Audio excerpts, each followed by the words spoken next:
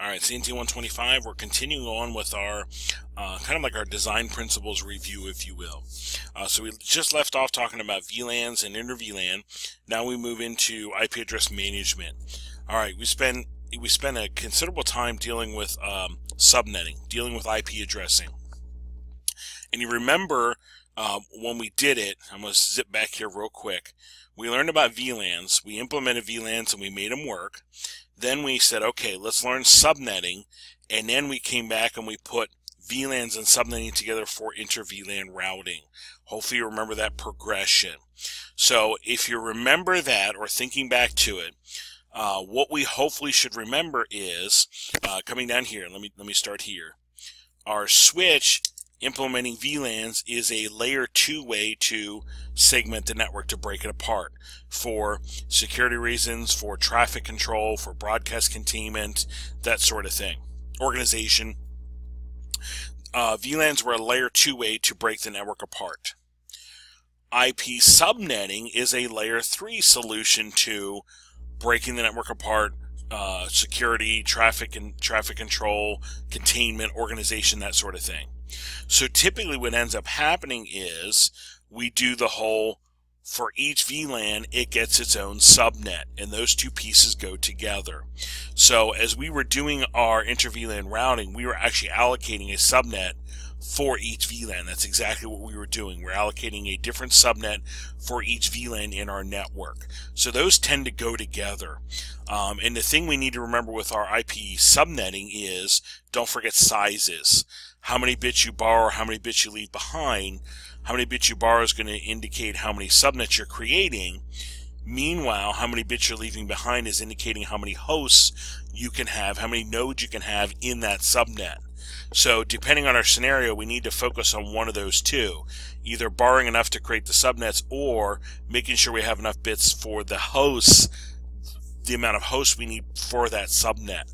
So remember, that's a relationship between those two that we need to balance on. And remember your powers of 2 to do that. Write your place values out, and that'll help you figure out how many either bits to leave for hosts or how many bits to borrow for subnets, depending on the scenario. And each subnet is getting allocated to a VLAN.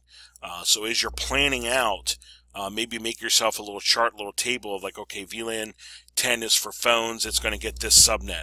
VLAN 20 is for desktops, it's going to get this subnet. VLAN 30 is for wireless, it's going to get this subnet, kind of thing. And then go from there to start building your map and what IPs we're using where, and so forth. So keep that in mind. Each VLAN is pretty much getting a subnet, and then you can design your network from that. Don't forget, we did some stuff with security with hardware firewalls as well as software firewalls. They can play a role in your security. Whether I'm implementing a hardware firewall on my network or software firewalls on my desktops, those can play a role in security or filtering in your network. Along with that, don't forget your access control lists. Access control lists can filter traffic to certain parts of the network. So thinking back to the security lab, we put access control lists on the firewall and we put access control lists on the router. So one or both of those could be used to filter a particular group of traffic. Thinking back to that syntax, you basically permitted or denied traffic, and then you specified what network it was coming from, what network it was going to, and then what type of traffic, what port number or what protocol, if you will. And you continued on until you permitted or denied whatever you needed, and then the very ending is either permitting the rest of the traffic or denying anything that's left. So depending on what you're trying to do, you might go through and permit the 2 or 3 things that you need, and then write nothing else because there was that implicit deny at the end.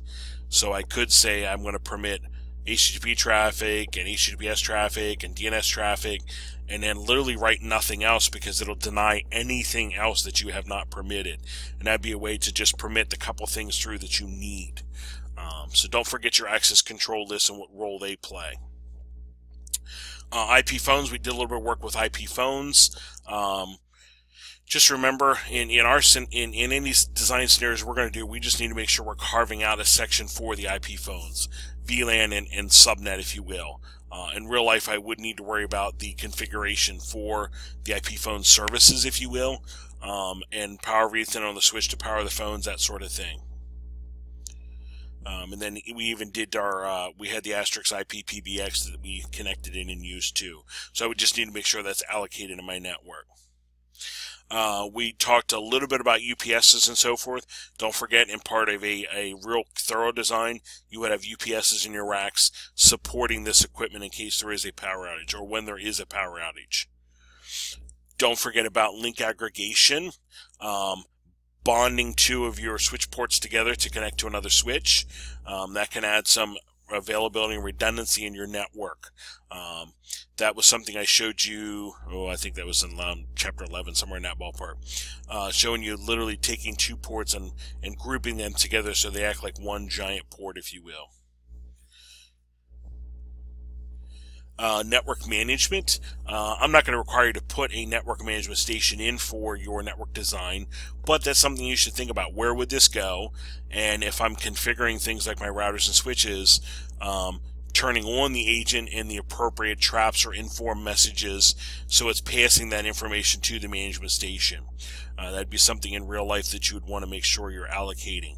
You know, where's my management station going to go? And then as I'm configuring my routers and switches and access points and that sort of thing, making sure I'm pointing that traffic to that management station. Alright, last concept I'm going to throw in here is something kind of new for you. But when we talk network design, Cisco actually has like design layers, for lack of a better term, core distribution access. And this is a way to kind of organize your gear in your network. And even I'll show you, especially when we meet in lab, I'll show you where this comes into play too.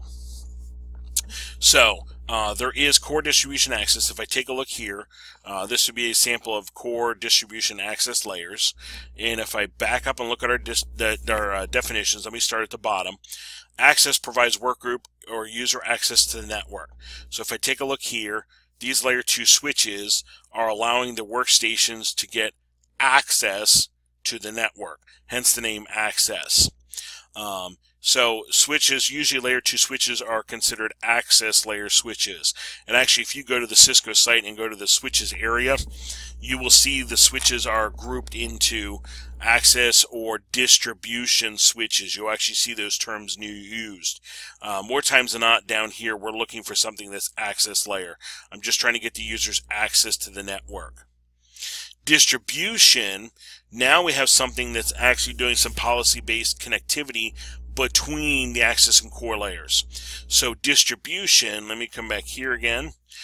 Something like a layer 3 switch is going to implement some policy for connectivity between the access layer and the core layer. So this guy actually has a little bit of intelligence to say, yes, this traffic can, or no, this traffic cannot get here and get out. So adding a little bit of policy or traffic control, if you will. And then core, and on this too, if I go start looking at switches on the Cisco site, I'll notice that some of them are labeled distribution switches. And that's to kind of give you a clue that that's what that is designed for. Last but not least is your core layer. This is really trying to give you fast transport between different parts of your network, either within the enterprise or between parts of my network, different branches, that kind of thing. So these pieces of gear up here might actually have connectivity to another layer 3, to another part of my campus or another part of my network. And again, if I'm picking out gear, I will often see the stuff that would be for up here actually labeled as a core layer switch or core layer router, that kind of thing. So stick those in the back of your brain because you will run into those. Here's a more simplified small scale. I might actually have the access layer here, and then I might have these guys kind of combined into the core and distribution. That is possible. That does happen. So just kind of put those in your mind too as I'm starting to pick out gear for my plan or for a design, if you will. So hopefully all that stuff should be kind of like in the front of your head now as we start looking at designing a network for a facility. All those pieces we want to start putting into play or designing a certain way to reflect those ideas that we mentioned.